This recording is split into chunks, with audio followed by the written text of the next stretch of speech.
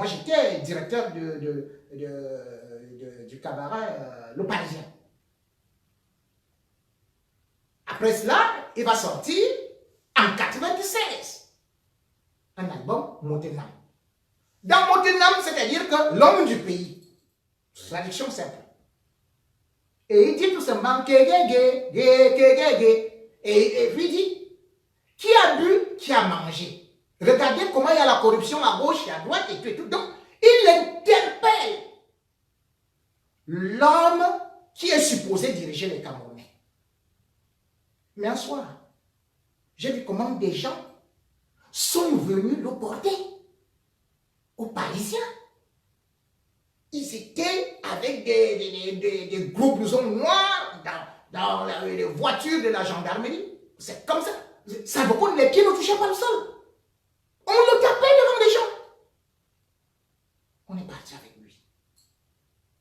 C'est comme ça que la carrière de Salva Conde était morte. Jusqu'à ce que je mets un défi. Quiconque peut me dire où Salva Conde a été enterré. Dans le néant absolu. Donc, je suis surpris.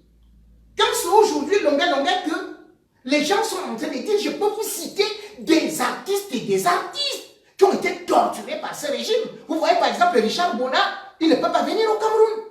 Juste parce qu'il n'a pas été d'accord avec le régime, on lui dit, ok, tu ne mets plus pied, sa mère meurt, il ne peut pas venir, enterré. Et vous trouvez ça normal? Dans un pays, ça peut vous arriver. Ça va vous arriver. Parce que comme je disais à l'époque, quand ces gens veulent t'humilier, ils t'humilient à fond. Moi, je me souviens, quand ils ont dit qu'ils voulaient m'humilier, vous savez comment ils ont procédé? Chez moi, ils ont coupé l'eau. Ils ont coupé l'électricité. Avec interdiction de travailler. Et quand je reviens de la prison, ils m'ont aussi demandé.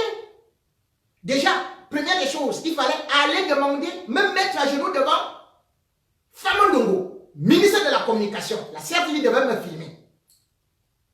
Et on devait diffuser comment est-ce que je demande pardon. J'ai refusé. Ils sont passés à l'étape supérieure. J'avais créé un journal qu'on appelle Coup Franc. Ils ont suspendu. Interdit de vente. J'ai créé Starmaniac. Ils ont suspendu. Je ne savais plus quoi faire. Et par la suite, j'ai eu l'idée de sortir une cassette. Cette cassette, il était interdit de la vendre. Les coups francs suspendus, de la langue pendue. Je me suis mis à vendre des cassettes de façon ambulante et clandestine pour pouvoir vivre. Je sors de la prison. Monsieur Jean-Marie Atambebal m'appelle dans sa maison pour me soumettre exactement à l'épreuve à laquelle est actuellement soumise Longuet.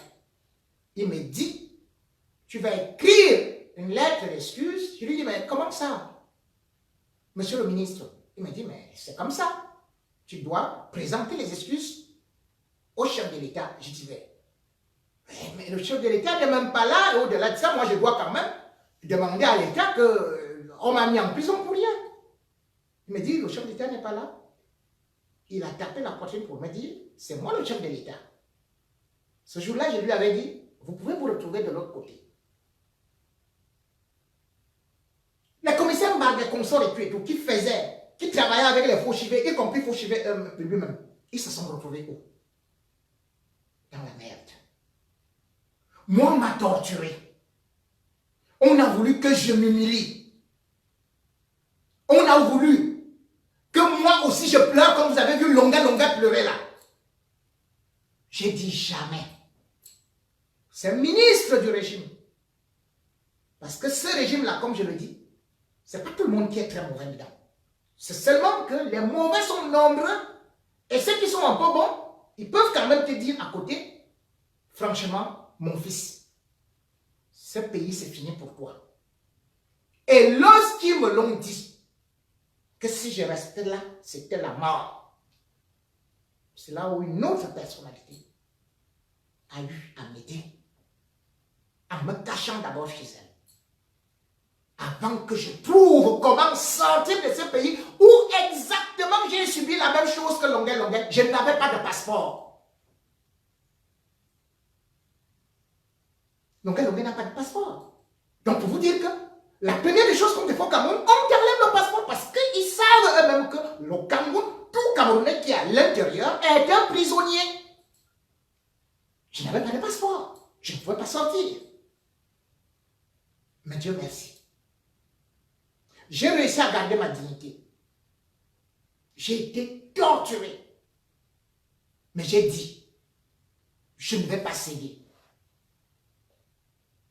J'aimais aussi mes enfants. Mais aucun de mes enfants n'a fait un collège public ou une école publique au Cameroun. C'était interdit. Puisque j'étais un paria. J'étais obligé de les mettre dans des établissements catholiques et autres. Donc, quand ce régime te tient, ils inventent des histoires. Ils te créent des problèmes. Ils te coupent ce qu'ils appellent les vivres. Et ils te font pleurer devant les gens. La première des choses, comme disait Prudhomme, c'est le respect de la dignité humaine. Comment peut-on aller avec Longuet Longuet à ce niveau-là? C'est Dieudonné Dionto qui aujourd'hui dit « Je suis un artiste d'État.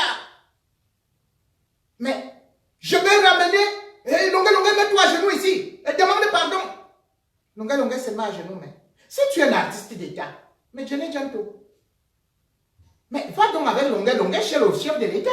C'est pas au milieu de la poussière. Demande l'audience. Et au-delà de ça, au-delà de quelques déclarations des greffins qu'on sort, si Dieudonné Dionto lui-même, qui dit qu'il est musicien d'État, qu'est-ce qu'il a? Dieudonné Dionto, on se connaît. Qu'est-ce que tu as?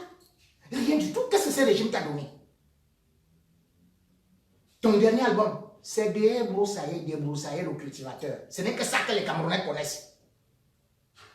Je devais être peut-être en classe de 4e. Me voici vieux. C'est la même chanson. Tu pouvais bien produire. Si ce régime, si tu étais ce que tu appelles un artiste d'État, on devait te produire, te donner des salles de spectacle, faire ceci et cela.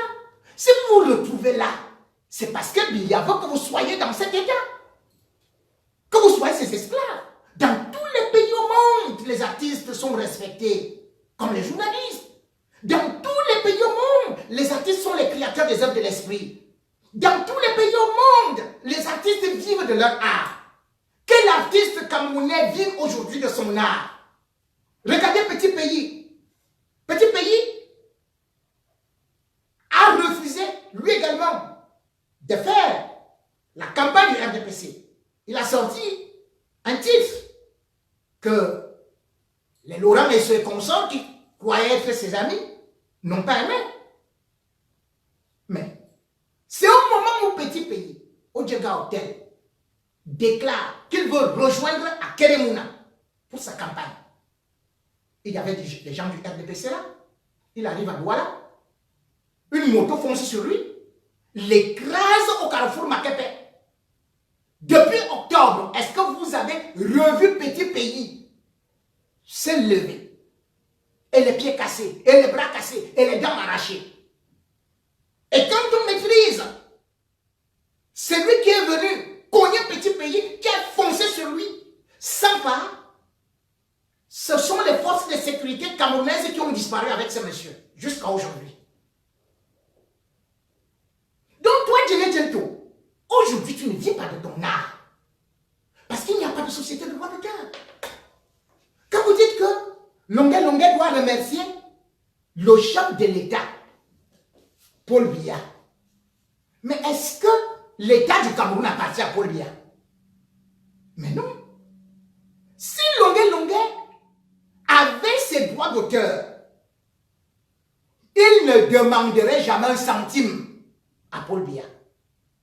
Longuet Longuet se retrouvait en prison. Ses musiques passent à gauche et à droite. Mais c'est l'État camerounais qui a voulu régenter le droit d'auteur à travers le ministère de la Culture. À l'époque, lorsque Sam Bende est arrivé, déjà Manu Dibango est arrivé, ils ont essayé d'assainir le droit d'auteur. Ça n'a pas marché parce que c'est toujours le régime qui ne veut pas que les artistes camerounais progressent. Et maintenant, quand Sam Bende est arrivé, Sam Bende, à travers la CMC et tout, payait aux artistes à chaque répartition les 5 millions, les 3 millions. L'argent qu'on dit qu'on a aidé Longuet Longuet là, c'est combien? C'était combien? C'était 100 millions? Non. C'était quelques petites miettes. Et cela s'inscrit dans ce que l'on appelle le fonds culturel. Ça n'appartient pas à Biya. Puisque quand on regarde la déclaration des biens, j'ai vu le président sud-africain, il touche 7 000 euros. J'ai vu le président ivoirien, il touche 7 000 euros. Donc Ouattara et tout. J'ai même vu des présidents qui touchent 1 600 euros. Mais où est le salaire de Paul Biya? Paul Biya a déclaré à Jeune Afrique qu'il touche 200 euros par mois. Donc à peu près 150 000. Donc c'est 150 000 qui fait que Paul Biya fasse les dons à gauche et à droite. L'article 66 de la Constitution oblige Paul Biya à déclarer ses biens. Il ne les a jamais déclarés. Donc il vole l'argent du Cameroun. Il donne des petites miettes quelque part et les gens viennent se mettre. Merci papa Paul Biya. Paul Biya, c'est à lui le Cameroun. C'est pas à lui. L'État, c'est nous. Vous parlez de Longuet Longuet. Papa Wemba a eu des problèmes ici. Est-ce que l'État congolais n'a pas déboursé des sommes faramineuses pour sauver Papa Wemba? Regardez les artistes congolais. Regardez les artistes ivoiriens, comment ils vivent. Depuis que Paul Biya arrive au pouvoir, aucune salle de spectacle, aucune salle de conservatoire, aucune école de musique. Et Djené Diatou vient dire, je suis artiste de l'État, et il est en sandalette, dans un état de clochardisation rampante. Est-ce que c'est lui qui devrait être dans cet état? Regardez tous les artistes là, comment ils meurent. Mais ce matin, Père du Koutsi, il est mort comment? Vous connaissez celui qui a créé l'hymne national du Cameroun? Mikumbamba. Mais il est mort sans toucher ses droits d'auteur. Vous connaissez où se trouve Ngale Jojo? Ngale Jojo est celui qui en 82 chante pour Paul Biya. Oh, rigueur et tout. Mais, qu'est-ce qu'est devenu Ngale Jojo? Parce que Biya s'en fout de vous.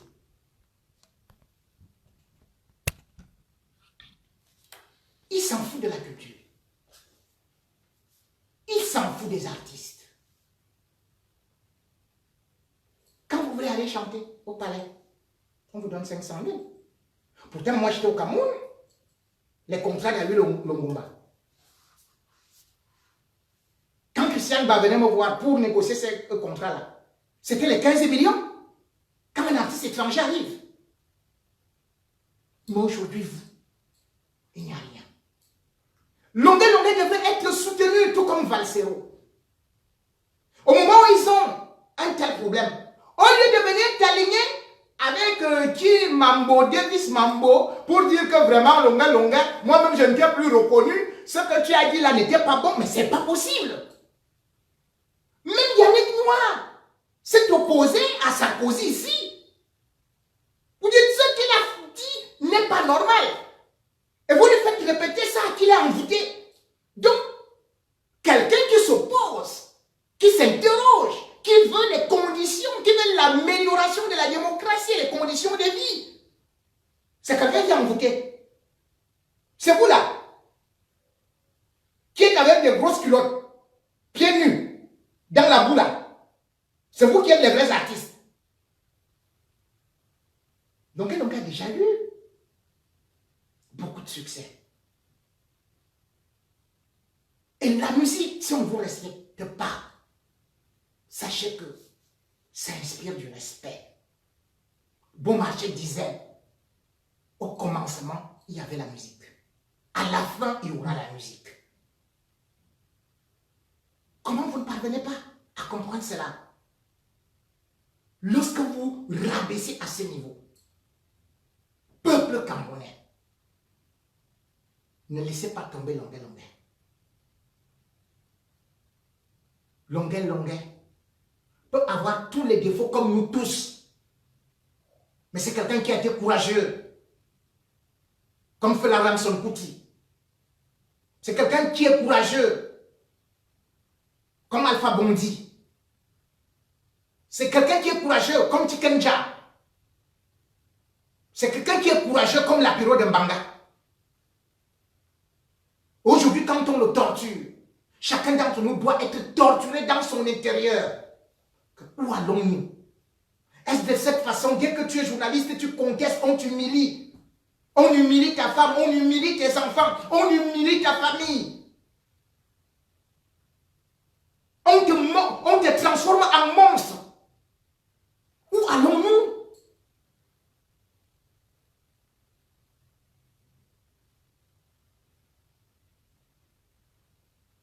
Que tous les artistes le sachent. Amadou Ahidjo